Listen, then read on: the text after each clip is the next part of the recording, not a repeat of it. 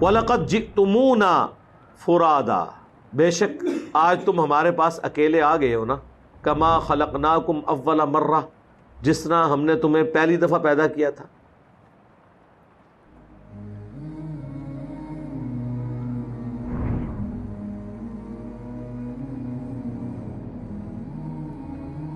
وَتَرَكْتُمْ مَا خَوَّلْنَاكُمْ، اور تم چھوڑ آئے ہو جو ہم نے تمہیں دیا تھا، وَرَاءَ ظُهُورِكُمْ، پیچھے ہی چھوڑ آئے ہو. یعنی جس مال کے اوپر تمہارا تھا نا یہ مال مجھے بچا لے گا، تو پیچھے چھوڑ آئے ہو نا. جو بخاری مسلم میں حدیث ہے، انسان کے 3 دوست ہیں، 2 باہر رہ جاتے ہیں، ایک ہی اندر جاتا ہے. اس کے اعمال قبر میں ساتھ جاتے ہیں اور مال اور رشتہ دار باہر رہ جاتے ہیں. تو دنیا میں مال کی بنیاد پہ تم نے حکومت کی تھی نا، تو آج آگے ہو نا اکیلے، کوئی گٹھڑی ساتھ مال کی نہیں لے کر آئے. جس طرح تم کو ہم نے پیدا کیا تھا، یعنی جب پیدا ہوتا ہے انسان اس وقت بھی اکیلے ہی پیدا ہوتا ہے، مرنے کے بعد بھی اللہ کے پاس اکیلا جائے گا. اور چھوڑ آئے ہو اپنے پیچھے وہ سب کچھ مال. وَمَا نَرَا مَعَكُمْ شُفَعَاءَكُمُ الَّذِينَ زَعَمْتُمْ، اور کیا ہے کہ ہم وہ تمہارے سفارشی نہیں دیکھ رہے جن کے بارے میں تمہیں زوم تھا دنیا کی زندگی میں، انہم فیکم شرکاء، کہ وہ تمہارے معاملے میں ہمارے ساتھ شریک ہو جائیں گے. کدھر ہیں تواڈے بابے؟ وہ ہستیاں کدھر ہیں جن کے بارے میں دنیا میں زوم تھا کہ یہ اللہ سے تمہیں چھڑا لیں گی؟ کل قیامت کا دن ہوگا، غوث پاک فرمائیں گے اے میرے مرید، اے میرے محب، تو دنیا میں رہ کے وہ کام کرتا رہا جس سے مجھے خوشی ہوئی، آج میں تجھے خوش کر دوں. وہ بارگاہ الہی میں سفارش فرما دیں گے، بیڑا بیڑا. فرمایا مجھے اپنے رب کے عزت و جلال کی قسم، میرا قدم اس وقت تک جنت کو نہیں اٹھے گا جب تک میں اپنے سارے مریدوں کو جنت میں داخل نہ کروا لوں. تو میں نے اپنے رب سے کہا پروردگارہ نسبت میری ہے، انہوں چھڑ دے. تو اللہ پاک نے فرمایا ایک گل بڑی لمبی ہے، میں وچوں حذف کر رہا ہوں. اللہ پاک نے ارشاد فرمایا فرشتیوں ہٹ جاؤ پیچھے. عبد القادر وچ پہ گئے. اللہ میرا بگڑا وقت سنوار دو، میرے بگڑا وقت سنوار دو، میرے خواجہ مجھ کو نواز دو. اکیلے آئے ہو نا، کتنے تھے بزرگ؟ ظاہر ہے جی یہ تو سوال ہوگا نا کہ جب بزرگوں نے فرمایا تھا کہ ہمارا کوئی بھی مرید اس وقت تک ہم جنت میں داخل نہیں ہوں گے جب تک کہ اپنے سارے مریدوں کو جنت میں نہ لے جائیں، تو پھر اللہ تو پوچھے گا نا کہ بھئی ہاں کدھر جے تواڈے پیر صاحب جن کے بارے میں تمہیں زوم تھا. اور وہ تو پھر سورہ الاحقاف میں آیا کہ وہ ہستیاں خود دشمن ہو جائیں گی ان کی. ہاں وہ کہیں گے کہ ہم نے تو کب ان کو کہا تھا، ہمیں تو پتہ بھی نہیں تھا یہ ہمیں پکار رہے ہیں. یہ تو ان ہستیوں کے لیے جو باقی جینون ہستیاں تھیں، وہ تو انکار کریں گی. باقی جو ہے نا ہستیاں جو جعلی بنائی ہوئی تھی، وہ تو تواڈے تو پہلے انشاءاللہ جہنم وچ پہنچے ہون گے. وہ اگے نے ذرا اگے تک وہ تلاش کرو کہ لب جڑ کے تو لقد تقطع بینکم، بے شک ٹوٹ گئے ان تمہارے سارے رشتے، سارے وہ نظریات، وہ ساری آس اور امید ختم ہو گئی جن ہستیوں پہ تم کھڑے ہوئے تھے. وَضَلَّ عَنْكُمْ مَا كُنْتُمْ تَزْعُمُونَ، اور تمہارے ہاتھوں سے جاتی رہی وہ تمام باتیں جو تم دنیا میں دعویٰ کیا کرتے تھے. اس کو وہ اردو میں کہا جاتا ہے ہاتھوں کے طوطے اڑ جانا. ٹھیک ہے، طرح نکل جانا ایک دم بندے تھا، ایک ہی ہو گیا. میرا خیال ہے اگر کسی شخص کو مرنے کے بعد اس طرح کا معاملہ ہو، اس سے بہتر نہیں ہے کہ وہ قرآن ترجمے سے پڑھ کے دنیا میں ہی آخرت کی فلم دیکھ لے اور بچ جائے.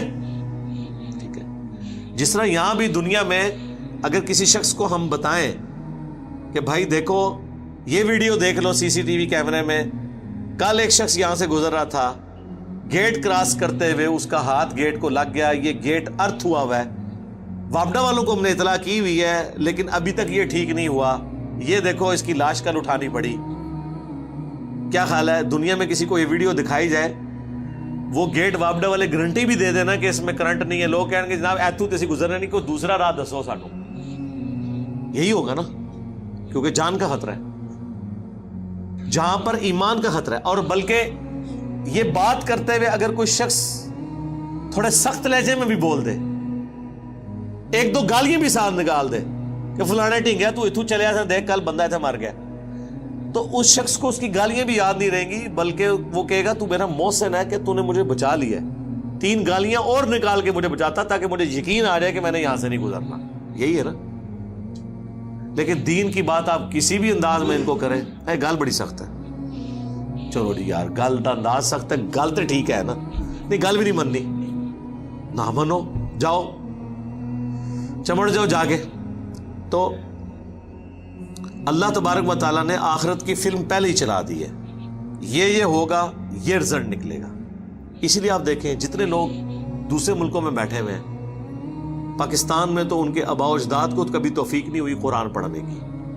وہاں جاتے ہیں جب تھوڑی لادینیت دیکھتے ہیں، تھوڑا سا اپنے آپ کو جھنجھوڑتے ہیں کہ ہم نے اپنے ریلیجن کی طرف واپس آنا ہے، اپنے آپ کو مصروف کرنے کے لیے قرآن پڑھتے ہیں. جب قرآن پڑھتے ہیں تو ان کے طوطے واقعی اس طرح ہی اڑتے ہیں جس طرح آخرت میں بابوں کے مارنے والوں کے اڑے گے. اوکے یار یہ قرآن تو کچھ اور لکھا ہوا ہے. ہمارے ایک قریبی دوست آفس کے، ان کے چچا یہ ماموں لگتے تھے، تو ان کو ہارٹ اٹیک ہوا. 1 بار ہوا، خود ڈاکٹر تھے، 2 بار ہوا، پھر ڈاکٹرز نے کہا کہ جناب آپ تیسری دفعہ ہوتے تو تسی ایکسپائر ہو جانا ہے. اب جب کسی کو بتایا جائے کہ بھئی کام تہاڈا نیڑے ہے، تیاری کر لو، اور پھر ڈاکٹر بھی ہو، وہ اس چیز کو سمجھتا بھی ہو. یہ میں 2006-07 کی بات کر رہا ہوں.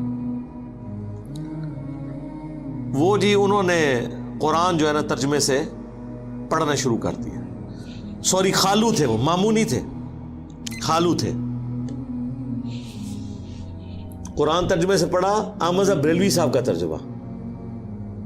بریلوی تھے تو ظاہر ہے انہوں نے مرنے سے پہلے بریلویت کی تیاری کرنی تھی نا، ظاہر ہے، کیونکہ محلے کی مسجد بریلویوں کی تھی. یہ ہوتی ہے ہماری تحقیق. وہ جناب جب انہوں نے قرآن پڑھا تو گمراہ ہو گئے. انہوں نے کہا یار یہ ہمیں تو انہوں نے بابوں بزرگوں، اللہ تعالیٰ نے تو نہ کسی بزرگ کو، نہ کسی فرشتے کو، نہ کسی پیغمبر کو اپنی توحید کے معاملے میں خاطر میں لاتا ہے، اور انہوں نے تو یہ کیا کیا ہستیوں کے ساتھ عقیدے جوڑے میں. تو وہ اپنا مسلک ہی چھوڑ گئے. جو میں نے اکثر کہا ہے کہ اگر کوئی شخص اپنے فرقے کا بھی قرآن کا ترجمہ ایمانداری سے پڑھ لے نا تو اللہ تعالیٰ اسے ہدایت دے دے گا. یہ اللہ کا وعدہ ہے، وَالَّذِينَ جَاهَدُوا فِينَا لَنَهْدِيَنَّهُمْ سُبُلَنَا. بلکہ ایون وہ قرآن پڑھتے ہوئے اسے یہ بھی پتہ چل جائے گا، تھوڑی سی اپنی عقل استعمال کرے کہ قرآن میں تو یہ لکھا تھا، تو یہ میرے مولوی نے اس کی جو یہ تشریح کی ہے یہ تو اس میں بیٹھتی نہیں، اگر اس نے اپنی عقل استعمال کی. اور اگر عقل استعمال نہ کی، اس کبوتر کی مانند جو بلی کو دیکھ کے آنکھیں بند کر لے، بلی نے پھر بھی گردن مروڑنی ہے. آنکھیں بند کرنے سے بلی غائب نہیں ہو سکتی. اس طرح آنکھیں بند کرنے سے قرآن و سنت کے جو نظریات ہیں وہ غائب نہیں ہوں گے، اور آپ کے بزرگوں کے بتائے ہوئے عقیدے وہ جسٹیفائی نہیں ہوں گے. تو اس سے پہلے کہ آخرت میں ہوائیاں اڑ جائیں، جو اللہ تعالیٰ نے بیان کیا کہ اڑ جائیں گی ان کی ہوائیاں، اس سے پہلے آخرت کی تیاری کر لیں.